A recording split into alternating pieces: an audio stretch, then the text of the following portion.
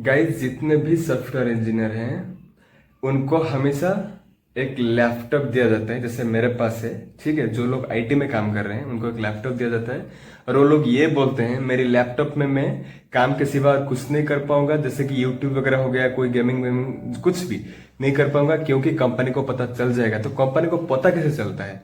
ठीक है, तो ये होता है कंपनी जितने भी सिस्टम प्रोवाइड किया है अपने स्टाफ्स को, तो सबको क्या करता है, सेंट्रलाइज कर देता है।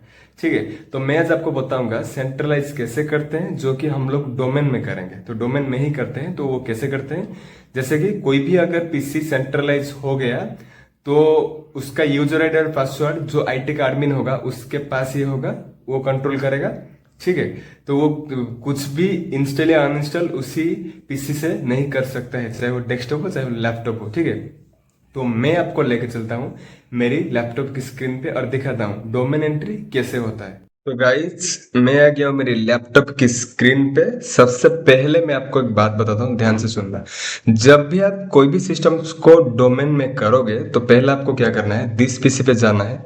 ठीक है, तो दिस पीसी में सी ड्राइव में जो भी डाटा है वो चेंज हो जाएगा। मतलब जो एप्लीकेशन इंस्टॉल है वो तो रहेगा, लेकिन जो डाटा है वो चेंज हो जाएगा। ये बात आपको हमेशा याद रखना है, क्योंकि जो लोग आईटी में काम करते हैं, एक आईटी एडमिन का एक्चुअल में ये रियल वर्क होता है कि वो पहले डेटा को सिक्योर करे।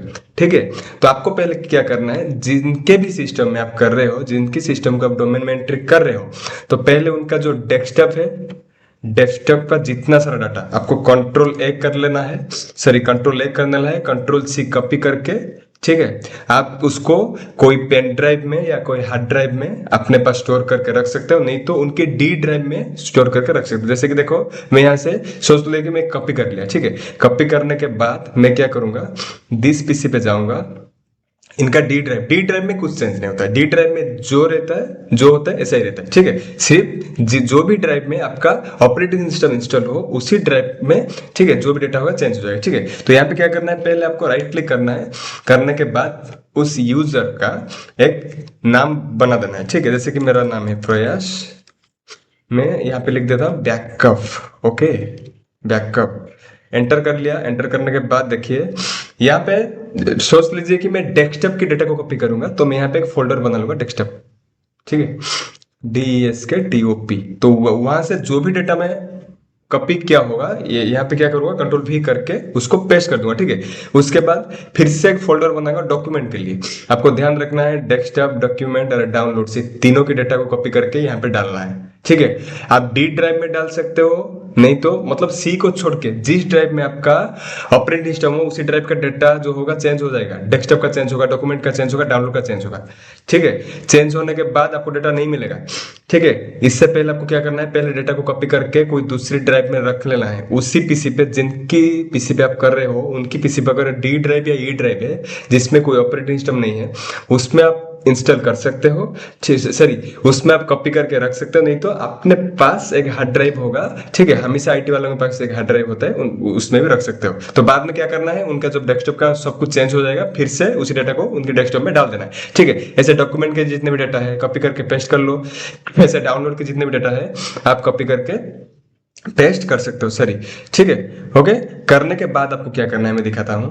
पहले आपको दो तीन चीज को यहाँ पे ख्याल रखना है। पहले आपको दिस पीसी के ऊपर राइट क्लिक करना है। देखिए, और एक बात मैं आपको बता देता हूँ, अगर आपको डेस्कटॉप पे आपको दिस पीसी का आइकन दिखाई नहीं देता है तो आप यहाँ पे सर्च कर सकते हो, नहीं तो आप राइट क्लिक कर सकते हो। राइट क्लिक करने के बाद पर्सनलाइज पे जा सकते हो।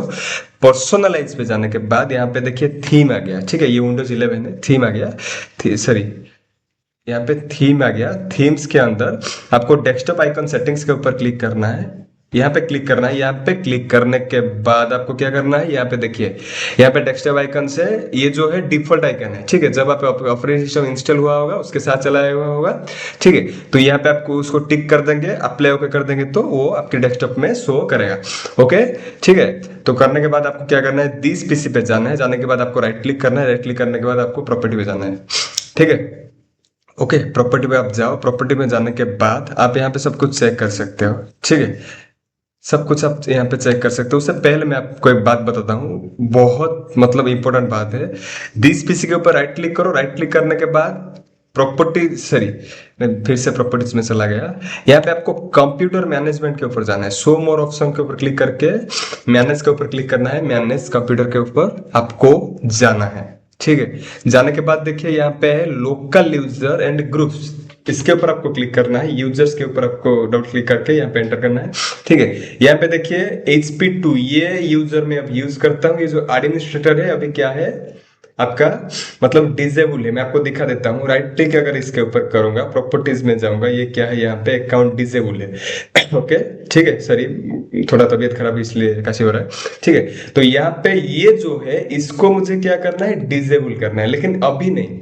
ठीक है, डोमेन होने के बाद में करूंगा। ठीक है, तो मैं क्या करूंगा अभी देखिए, दिस पीसी के ऊपर राइट क्लिक करके प्रॉपर्टीज में जाऊंगा, वो वाला काम है कंप्यूटर मैनेजमेंट में, ये वाला काम है डोमेन आपको किस में करना है, प्रॉपर्टीज में जाके। ठीक है, तो स्टेप बाय स्टेप आप नोट में लिख भी सकते हो। तो पहले आपको क्या करना है, ये जो पीसी का नेम है इसको आपको रीनेम कर देना है। ठीक है, मेरा तो ऑलरेडी रीनेम है। ठीक है, रीनेम करने के बाद वो आपको रिस्टार्ट मांगेगा। ठीक है, पहले आपको क्या करना है, वर्क ग्रुप और डोमेन, इसके ऊपर आपको क्लिक करना है। क्लिक करने के बाद यहाँ पे चेंज, देखिए द रीनेम दिस कंप्यूटर और चेंज इट्स डोमेन और वर्क ग्रुप, इसके ऊपर आपको क्लिक करना है। देखिए ये वर्क ग्रुप में है। ठीक है, ये सेंट्रलाइज अभी नहीं है, इसका आप ये मत समझ लेना कि ग्रुप मतलब सेंट्रलाइज, सेंट्रलाइज अभी नहीं है।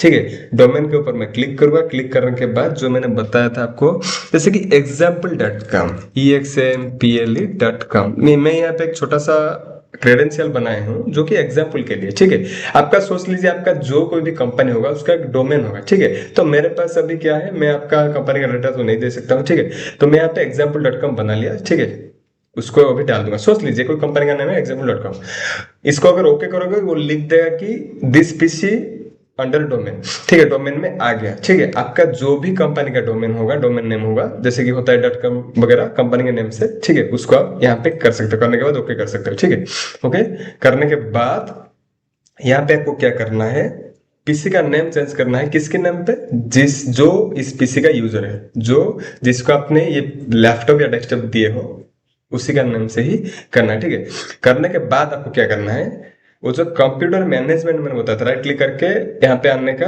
जो यूजर के अंदर देखिए ये जो यूजर है इसको राइट क्लिक करना है। राइट क्लिक करके प्रॉपर्टीज में जाना है। प्रॉपर्टीज में जाने के बाद इसको यहाँ पे डिजेबल कर देना है। डिजेबल करने के बाद क्या होगा, आपका डेस्कटॉप चेंज होगा, अभी नहीं, रिस्टार्ट करने के बाद। ठीक है, यहाँ पे डिजेबल के ऊपर आपको क्लिक करना है और अप्लाई यहाँ पे एक्टिव हो जाएगा, ओके कर देना है। ठीक है, उसके बाद आपको क्या करना है, एडमिनिस्ट्रेटर पे जाना है। ठीक है, राइट क्लिक करना है, प्रॉपर्टीज में जाना है। ठीक है, इसको यहां से क्या करना है, आपको डिसेबल हटा देना है। आपका एक लोकल एडमिन यूजर होगा। ठीक है, ओके हटाने के बाद यहाँ पे अप्लाई और ओके कर देना है। देखिए मैं आपको और एक बात बताता हूँ, यहाँ पे दो यूजर मतलब दो यूजर आईडी और पासवर्ड है, एक है डोमेन का, एक है एडमिन का। इसका मतलब मैं आपको समझा देता हूँ। देखिए डोमेन का जो यूजर आईडी पासवर्ड है, आप जो डोमेन में एंट्री करोगे, ठीक है, उसके बाद आपका जो आईटी एडमिन होगा, तो अभी मेरे पास वो एक्सेस नहीं है, वो एक्सेस मेरे सीनियर के पास है। वो क्या करेंगे, उस डोमेन को कंट्रोल कर रहे होंगे, उनके पास मैसेज जाएगा कि एक डोमेन में एक नया यूजर एंट्री हुआ। वो क्या करेंगे, आपकी यूजर के नेम से आपकी पासवर्ड को बना देंगे। और एक बात बताता हूं, आप पासवर्ड ऐसा ही रख सकते हो, ऐसा नहीं कि 1 2 3 4 ऐसा नहीं रख सकते हो। जब डोमेन में एंटर हो जाएगा तो आपको ऐसे ABCD मतलब आपको कैपिटल यूज करना है, नंबर यूज करना है और कोई भी सिंबल यूज करना है। ठीक है, ये मैंडेटरी होता है। ठीक है, तो ये हो गया आपका यूजर आईडी पासवर्ड डोमेन। ठीक है, उसमें और एक क्या होगा, एडमिन वाला यूजर होगा। ठीक है, उसका पासवर्ड आप कुछ भी दे सकते हो। ठीक है, उसमें क्या होगा, जब आप कोई भी सिस्टम में कुछ एडमिन वाला काम करोगे, ठीक है, जैसे ही कोई एप्लीकेशन इंस्टॉल हो गया, कोई एप्लीकेशन अनइंस्टॉल हो गया, इस पासवर्ड को दे के ही करोगे। ठीक है, फिर भी पता चल जाएगा, डोमेन जो कंट्रोल कर रहा है उसको भी पता चल जाएगा। ठीक है, तो ये वाला है आपका लोकल एडमिन। ठीक है, तो ये वाला है क्या, आपका डोमेन में एंटर। ठीक है, तो ये वाला आपका लोकल एडमिन हो गया। तो मैं ये देखिए, ये जो यूजर आईडी पासवर्ड, वो तो मेरा जो डोमेन कंट्रोल कर रहा है वो मुझे देगा, वो मेरा मतलब यूजर नेम बनाएगा और पासवर्ड भी बनाएगा। ठीक है, बना के मुझे दे देगा। वो रिस्टार्ट करने के बाद मेरा नाम शो करेगा, उस इसी पासवर्ड से ही मैं क्या करूंगा, एंटर करूंगा। ठीक है, वो बना के देंगे। ठीक है, तो जो एडमिन वाला है, जो ये वाला पासवर्ड है, या इसको क्या करूंगा, मैं इसमें डाल दूंगा। जो एडमिनिस्ट्रेटर है, राइट क्लिक करूंगा, सेट पासवर्ड, इसमें सिर्फ आपको क्या करना है, प्रोसीड करके पासवर्ड डालना है। ठीक है, उसमें यूजर वगैरह कुछ नहीं है, ऑटोमेटिकली आपका यूजर यही है, एडमिनिस्ट्रेटर। ठीक है। तो वहां पे क्या होगा, करने के बाद आपको क्या होगा, आप इसको अभी आप जो भी डेस्कटॉप में देख रहे हो उसको क्या करना है, रिस्टार्ट एक बार कर लेना है। रिस्टार्ट करने के बाद आपका डेस्कटॉप एकदम नया हो जाएगा, पूरा नया हो जाएगा। ठीक है। मतलब आपको जो यूजर आईडी पासवर्ड आपके नाम पे आ जाएगा। ठीक है। आपको पहले आपका यूजर का एक नेम शो करेगा, डेस्कटॉप का थोड़ा पिक्चर भी चेंज हो जाएगा। ठीक है। उसके बाद आपको जो यूजर आईडी पासवर्ड वो देंगे, ये वाला पासवर्ड होगा। ठीक, वो किसी तरह भी आपको दे सकते हैं, लेकिन ऐसा ही उसका जो फाउंडेशन है, मतलब जो फॉर्मेट है ऐसा ही रहेगा। ठीक है। तो देने के बाद आप एंटर कर लोगे। एंटर करने के बाद आप क्या करोगे, करने के बाद आपका डेस्कटॉप पूरा ब्लैंक होगा, क्योंकि मैं बताया था डोमेन एंट्री करने के बाद सब कुछ चेंज हो जाता है। ठीक है। आपका डेस्कटॉप पूरा का पूरा ब्लैंक होगा। आपको क्या करना है, जो डेटा यहाँ पे जाना है, देखिए दिस पीसी पे जाना है, यहाँ पे आपको क्लिक करना है। ये जो डेस्कटॉप है पूरा ब्लैंक हुआ होगा।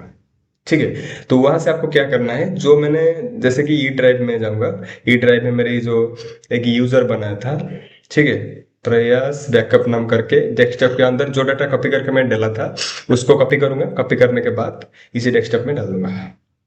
वो सब कुछ जैसा था ऐसा ही आ जाएगा। ठीक है। तो आपको हमेशा ध्यान रखना है, डेटा जब डोमेन एंटर होगा तो आपको पहले डेटा को कॉपी करके उनकी सिस्टम की डेटा में डेटा लॉस्ट हो जाएगा। और डेटा अगर लॉस्ट हो गया, ठीक है, बहुत बड़ा लफड़ा भी हो सकता है, क्योंकि आईटी वालों का काम, मेन काम ये रहता है डेटा को सेव करना। ओके। तो आप इसी तरह से कर सकते हो। ठीक है। ये तो मैंने बता दिया